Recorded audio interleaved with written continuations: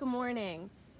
I want to say hello to all my students who I love and miss, and I want to welcome other children anywhere who might be tuning in.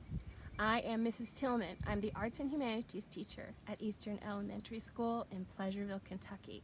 And right now, while we're all social distancing and taking care of each other at home, I'm here on my farm, which we call the Art Farm.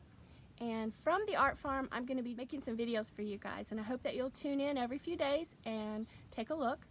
I'll post these videos on YouTube and on our school Facebook pages, and we'll be doing some drawing, maybe some painting, some crafts together, and I hope you'll invite your friends as we take our new reality day by day, homeschooling, being creative, having lots of time to figure out ways to invent things, create things, make things. I want to encourage you that you are all creators, you're all artists, and check in every few days here with me on the Art Farm and see what I'm doing, and I'm inviting you to make art right along with me. So today we're going to do a drawing of a rose. So this is our very simple black line drawing of a rose. I want to show you that you can do that in different colors. We'll be adding color later. Here's one in yellow. And I also want to show you that you only need to know how to draw a few very simple shapes to make this rose. So you might want to pause the video and practice making an oval, a spiral, and a heart. And once you're comfortable making those shapes, then you're going to be able to make this beautiful rose right along with me. So here we go. Okay, so remember, we're going to be using an oval, a spiral, and a heart to draw this beautiful yellow rose. You'll want to go ahead and gather your materials. I'm using Sharpie permanent markers. You can use pencils, crayons, regular markers. You'll need some paper. When you begin drawing, we're going to start with the oval shape. Be sure and draw that near the top of your page, the oval, and then you're going to add that little spiral right inside the oval. Now you're going to draw a dot just below the oval and another dot just on top of the oval.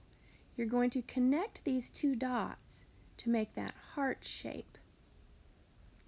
Connect the two dots to make the right side of your heart, and do the same thing on the left side.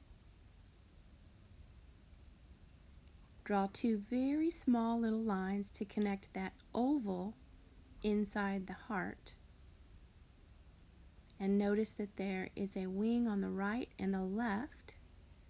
We're going to draw those, and that becomes a petal that's sort of turning or flipping over at the top. There's an S shape. If you continue down from the left side of your heart and around, you're going to make an S, and that goes up and connects to that top petal. Do the same on the right side. Now remember, you can stop, pause this video, rewind, rewatch, take your time, practice, and do it all again until you get it just the way you like it. Here are the 4 leaves. Now notice at the top of our stem where it touches the rose, it's a little wider, and then it becomes narrow, and you have 2 parallel lines that come down to make that stem. The last thing we're going to do is add 2 leaves coming off of the stem. I want you to notice that my rose on the right is a little larger than my rose on the left, and that's okay. Your drawing is going to look different from my drawing too, and that's okay. We're each expressing our own ideas. Now I want to encourage you to draw your rose or several roses on small pieces of folded paper to make some greeting cards. Include words like love, peace, and joy, and share these with friends or family, especially right now while we know that some folks might be a little bit lonely as we're separated and not together in the ways that we're used to being together. Okay, we're ready to add color. Hopefully you've already gathered some crayons or markers, and you know, roses come in lots of different beautiful colors. I'm going to color this rose yellow.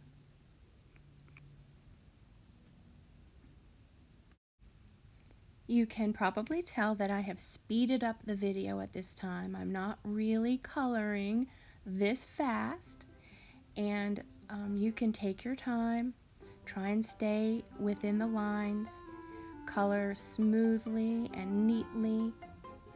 Make sure your colors are bright and beautiful.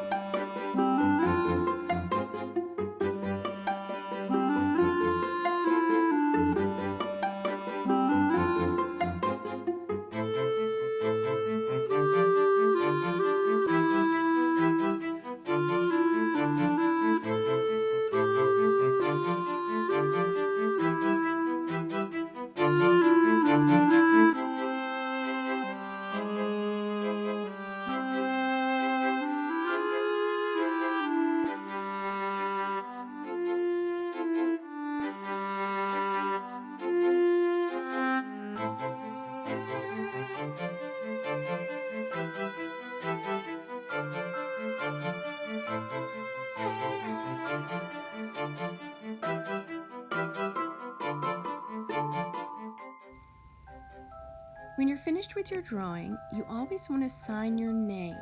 Sometimes I sign just my initials, like a little RT, and sometimes I write out my full name, which is Robin Tillman. And here is my signature.